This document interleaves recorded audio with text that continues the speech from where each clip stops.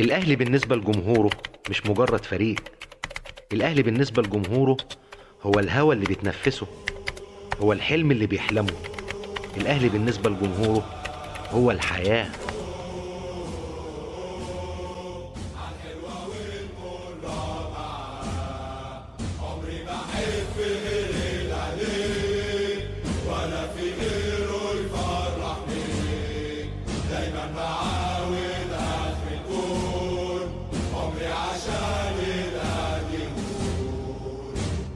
السلام عليكم ورحمة الله وبركاته. كل أصحابي وأخواتي، كل عشاق ومحبي كرة القدم، أهلا وسهلا بحضراتكم في حلقة جديدة من برنامج أهلاوي فندي. في البداية ما تحرمناش من اللايك، ولو حضرتك جديد معانا يا ريت الاشتراك في القناة وفعل زر الجرس علشان نقدر نكمل المحتوى بتاعنا ونقدر نوصل لحضرتك كل جديد من أهلاوي فندي. في البداية يا جماعة عايز أوضح إن حلقتنا النهاردة حلقة مولعة نار نار نار، وذلك علشان أخبارها مشطشطة ولعة. أول خبر عندنا من نادي الزمالك، وهو استقالة جماعية لمجلس إدارة نادي الزمالك. مليون مبروك لكل جمهور نادي الزمالك. واحد هيقول لي أنت إيه، أنت فرحان يعني؟ فرحان في إن نادي الزمالك مجلس الإدارة بتاعته اتحل؟ ده كده يعني خراب للفرقة. والله أبدا، والله العظيم ده يبقى زعق لكم نبي لو فعلا الموضوع ده تم على خير ويجي لكم مجلس إدارة تاني محترم. واحد هيقول لي انت برضو فرحان وانت يهمك مصلحة الاهلي ويهمك خراب الزمالك. طب اهدى عليا بس، اهدى عليا يا عم يا اللي عندك 20 و30 سنة. عارف ليه بقول لك يا اللي عندك 20 و30 سنة؟ عشان انت الوحيد اللي هترد عليا الرد ده وتقول لي انت فرحان في الخراب. عارف ليه؟ علشان انت لو اكبر شويه، او بلاش اسال اخوك اللي اكبر شويه اللي عنده 35 36، هيقول لك احنا في يوم من الايام كان عندنا مجلس اداره محترم. اخر المجالس العظيمه في نادي الزمالك يعتبر 2002 2003، اخرها كان 2004. عارف ليه؟ كان بيرقص اداره نادي الزمالك رئيس مجلس اداره محترم اسمه الدكتور كمال درويش. عارف ليه انا بقول لك الكلام ده؟ عارف الزمالك في سنه 2002 و2003 عمل ايه؟ الزمالك خد 7 بطولات في موسم واحد، وده ما حصلش في العالم كله. عشان المصداقيه وعشان ما حدش يقول لي انت بتفشر علينا وبتكذب علينا، هم كانوا 13 شهر. 13 شهر الزمالك قدر ياخد فيهم 7 بطولات، وده ما حصلش في العالم كله من اي فريق في العالم. تخيل 7 بطولات في 13 شهر من 2002 ل 2003. طبعا يعني حاجه لا حصلت، والله اعلم ربنا يستر ولا تحصل. بس انا بقول لك الف مبروك، صدقني مجلس الاداره اللي استقال ده في مصلحه نادي الزمالك. وتعالى هقول لك برضه في مصلحه نادي الزمالك ليه. عارف اخر خبر امبارح؟ واحد هيقول لي يا عم اهدى علينا بس، ازاي مجلس الاداره استقال وهو لحد امبارح بالليل الساعه 7:30 كانوا عمالين يوزعوا في ملفات والحوارات وملف التجديدات وملف المديونيات وده هيمسك ملف مش عارف ايه، ومجلس الاداره داخل سخن قوي وعايز يخلص الامور وعايز يخلص المواضيع. فجاه طلع علينا الاستاذ احمد مرتضى منصور باستقالة، وبعدها بنص ساعة بدأ مجلس الإدارة واحد ورا التاني واحد ورا التاني استقالات. عارف ليه؟ علشان بينطوا من المركب للإحساس النهائي التام إن المركب بتغرق. إن شاء الله مش هتغرق، ان شاء الله مركب الزمالك صدقوني مش هتغرق، وان شاء الله بامر الله هيجي لها مجلس اداره محترم ويعمل نادي زمالك تاني علشان يبقى فيه اهلي جامد وزمالك جامد، وان شاء الله يبقى فيه اسماعيلي جامد. مليون مبروك لمجلس الاداره الجديد في نادي الاسماعيلي. مجلس اداره برضو محترم، عنده فكر كويس. ان شاء الله بامر الله عايز يوقف الاسماعيلي على رجله، ونرجع يا جماعه نشوف كوره في مصر بقينا محرومين منها. مش حلو ان الاهلي ياخد الدوري قبلها ب6 اسابيع و7 اسابيع. والله انا مش فرحان بده، انا عايز دوري لحد اخر اسبوع. انا اخده برضه، يعني انا اخد الدوري برضه، بس يبقى لحد اخر اسبوع في منافسه وده مش هيتم من غير وجود الفرق دي كلها مع بعض. امبارح يا جماعه اولا بقول مليون مبروك لنادي الزمالك برضو، لفرقه اليد في البطوله العربيه للانديه. قدروا ان هم يعدوا الماتش الثالث بعد هزيمه كانت في الماتش الثاني، وفي الماتش الاولاني هو كسب، يعني هو لعب 3 ماتشات، كسب ماتشين وانهزم ماتش، وبكره ان شاء الله بامر الله هيلاعب الشعلة اليمني، بامر الله يكسب ويكمل. الراجل المدير الفني لفريق كرة اليد بنادي الزمالك والله طلع قال كارثة.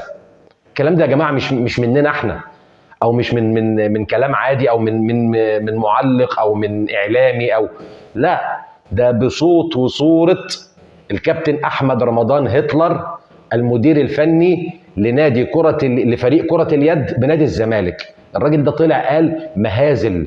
تخيل لما يقول لك ان فلوس نادي الزمالك المفروض اللي هي الاشتراك البطولة العربية ما اندفعتش لحد اول امبارح، واتلمت من الاعضاء واندفعت. ده كلام الراجل، يعني انا مش فاهم. طب اقول لك على حاجه، بيقول لك انتقال الفريق من الرياض للدمام عشان يلعب المباراه الثالثه بتاعته.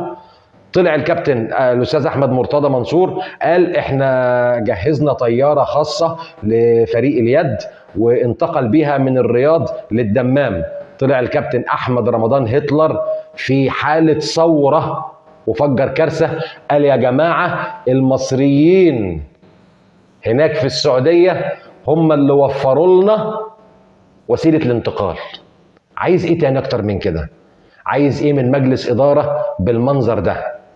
فرقه بتلعب في بطوله بره مصر ولا بتدفع لها اشتراك ولا بتوفر لها مواصلات، وطالع تقول انا عملت وعملت وعملت. طب اهو طلع ابن ناديك هو اللي قال لا ما حصلش الكلام ده كله.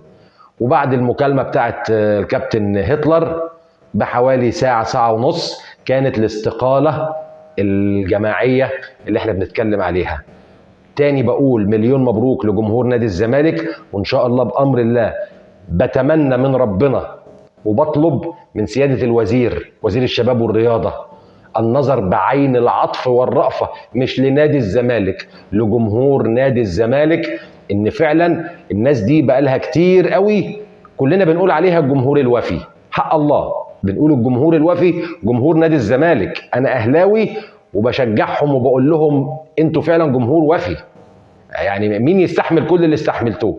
فاتمنى من السيد وزير الشباب والرياضه لو سمحت انظر لهذه الجماهير بعين العطف والرأفة، وركزوا شوية في فعلا مجلس إدارة يكون محترم يعرف يعيد نادي الزمالك تاني، مش لمنصات التتويج بس، للجمال للبهجة بتاع نادي الزمالك. نتمنى الخير إن شاء الله لكل أندية مصر. وخبرنا الثاني يا جماعة هو من النادي الأهلي. لا زالت الهجمات السعودية مستمرة، شوية على أوروبا، شوية على العرب، شوية هنا شوية هنا. المهم إن السعودية بفلوسها عمالة بتكبر في نفسها واحدة واحدة. والمرة دي الهجمة جت على النادي الأهلي. طلب من إدارة نادي النصر بإن محمد عبد المنعم يلعب في نادي النصر. محمد عبد المنعم بالنسبة لي أنا، محمد عبد المنعم هو أعظم مدافع في قارة أفريقيا حاليا في مركزه، هو أعظم مدافع في قارة أفريقيا. ومفيش أكتر من إن بعد بطولة أفريقيا الأبطال السنة اللي فاتت اللي توج بها النادي الأهلي، جميع الجرايد وجميع المجلات وجميع القنوات كانت بتتكلم عن محمد عبد المنعم، مش علشان هو اللي جاب هدف الفوز بس، لا، كانوا بيتكلموا ان الراجل ده باك او دفاع عارف يعني ايه مكانه، ايه المطلوب منه، عارف يعني ايه ان هو يقطع الكوره كويس في الدفاع، عارف ازاي ان هو يعمل الكرات الطوليه قدام، عارف كل وظائف مكانه او مركزه. محمد عبد المنعم مطلوب في النصر. طيب هم يقولوا زي ما هم عايزين، وعلى فكره المبلغ اللي قايلينه حاجه يعني تفوق الخيال. لو حصل هيكون هو اغلى لاعب مصري خرج للسعوديه، محطوط فيه 10 مليون دولار. مبلغ يعني يوصل حوالي 400 مليون جنيه مصري. طبعا يحلوا حاجات كتير في أندية كتير. تمام. طيب هل ممكن كولر يوافق بخروج محمد عبد المنعم؟ واحنا عارفين ان كولر بطنه بتكركب لما يحس بس ان محمد عبد المنعم في الملعب ايه، في سنة زكة في رجله ولا حاجة، ممكن بطنه تكركب. الموجودين غيره حلوين وزي الفل، بس محمد عبد المنعم له رونق خاص، له وضعية خاصة. هل كولر ممكن يفكر ان هو يودي محمد عبد المنعم النصر السعودي؟ هنقول حاجة، جت في اليومين ثلاثة اللي فاتوا كده بعض الأخبار بإن أحمد حجازي اتحاد جدة بيخلص في إن أحمد حجازي خلاص، طبعا هو ربنا يشفيه يا رب، 3 رباط صليبي حاليا بيتعالج من 3 رباط صليبي. فاتحاد جدة خلاص هناك مفيش عواطف، هناك فيه أنت حبيبي وجميل وفوق دماغي من فوق طول ما أنت واقف على رجلك. اتهزيت هكا هكا هكا شكرا، ما تلزمنيش. فطبعا احمد حجازي كان فيه نظر من الاهلي لاحمد حجازي من فتره، لكن المغالاه الماديه هي اللي كانت مخليه الاهلي مش هيقدر ان هو يجيب احمد حجازي علشان يدفع لاتحاد جده، او حتى راتب احمد حجازي ذات نفسه كان هيبقى غالي قوي على النادي الاهلي. طب دلوقتي النادي الاهلي قدامه فرصه ان احمد حجازي ممكن يسيب اتحاد جده ويجي النادي الاهلي ببلاش، يا دوبك مرتبه بس. هل ده ممكن؟ طبعا احمد حجازي كلنا عارفين ان هو مهاجم جامد ومهاجم صلب وحكايه وروايه وحاجات كتير. طيب انا مش هقول كولر ممكن يعمل ايه، ولا هقول اداره النادي الاهلي ممكن تعمل ايه، انا هقول راي العبد الفقير الى الله اخوكم. رايي انا، ما تزعلوش مني يا جماعه، ما ينفعش مع احترامي لاحمد حجازي، لا سنا ينفع ان انا النهارده اجري ورا حجازي واسيب محمد عبد المنعم، ولا موضوعا في الملعب يعني ربنا يشفيه ويديله الصحه. النهارده 3 رباط صليبي، عارف يعني ايه لعيب لا قدر الله يجي له رباط صليبي؟ من اول مره بيمشي في الملعب وهو عمال يحسس خايف، ما بالك ب3 رباط صليبي؟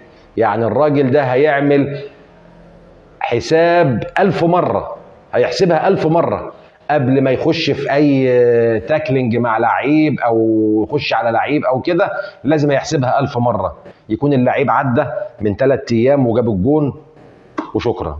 فرأيي أنا مجلس إدارة النادي الأهلي وكولر يا ريت نفكر في الموضوع ده. صحيح عايزين المصلحة برضو لمحمد عبد المنعم، حبيبنا وجميل والراجل عمل كتير في النادي الاهلي، لكن برضه فكروا في النادي الاهلي شويه. ما تسيبش محمد عبد المنعم غير لما توجد مكانه صخره جديده، صخره جديده في النادي الاهلي، ممكن ساعتها تقول لمحمد عبد المنعم بارك الله فيك وربنا يصلح حالك. برضه لازلنا في اخبار النادي الاهلي. النادي الاهلي النهارده اعلن عن الشعار الرسمي للنادي الاهلي، بصراحه انا شفته مبسوط.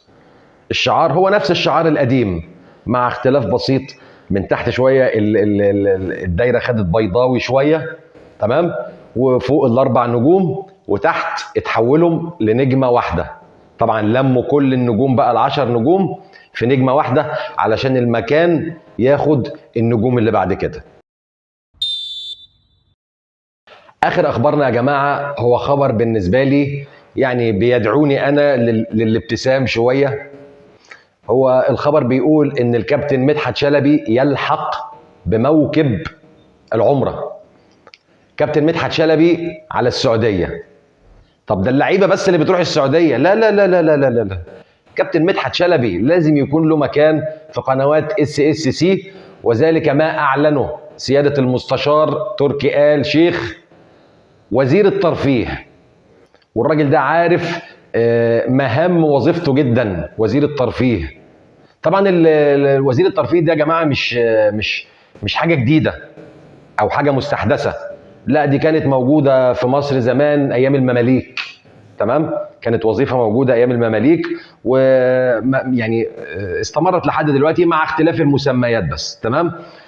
طبعا السيد تركي آل شيخ بيقول ان بعد مكالمه ما بينه وما بين الكابتن مدحت شلبي، وافق الكابتن مدحت شلبي ان هو يستقيل من قنوات اون تايم سبورتس ويطلع على SSC في السعوديه للتعليق على مباريات الدوري السعودي، دوري روشن السعودي. طبعا دوري روشن والسيد تركي آل شيخ وزير الترفيه، الراجل ده عارف مهام وظيفته جدا يا جماعه، وفعلا مش هيكون فيه ترفيه اكتر من الكابتن مدحت شلبي. ربنا يصلح حاله، والحمد لله والشكر لله، ربنا يعمي عينيهم عن الكابتن ايمن الكاشف والكابتن حاتم بطيشه. بصراحه انا بقى الدوري الغلبان بتاعنا بتاع مصر ما اعرفش استمتع بيه من غير تعليق الجميل ايمن الكاشف وتعليق الرائع اللي فاهم حاتم بطيشه. تحياتنا للكابتن مدحت شلبي، وربنا يصلح حاله ويوفقه ان شاء الله بامر الله بعيد عننا. كل حبايبي وكل اصحابي، في نهايه حلقتنا بشكركم جدا على حسن استماعكم واستقبالكم ليا. بتمنى ان انا اكون ضيف خفيف عليكم. بفكركم اوعوا تنسونا في اللايك، اوعوا تنسونا في الشير، ولو حضرتك جديد اشترك معانا لو عجبك المحتوى اللي احنا بنقدمه. سعيد جدا بلقائي بحضراتكم، كل مره بكون سعيد ان انا اقف قدام حضراتكم واتكلم معاكم. هستنى المره الجايه علشان اتقابل مع حضراتكم. تصبحوا على الف خير، والسلام عليكم ورحمه الله وبركاته. العالية روكسون دايما بنشجع الابطال. اسامه عماد متعب مرتده تصوير وجول جول جول جول. الفرصه للفريق الاحمر عرضيه.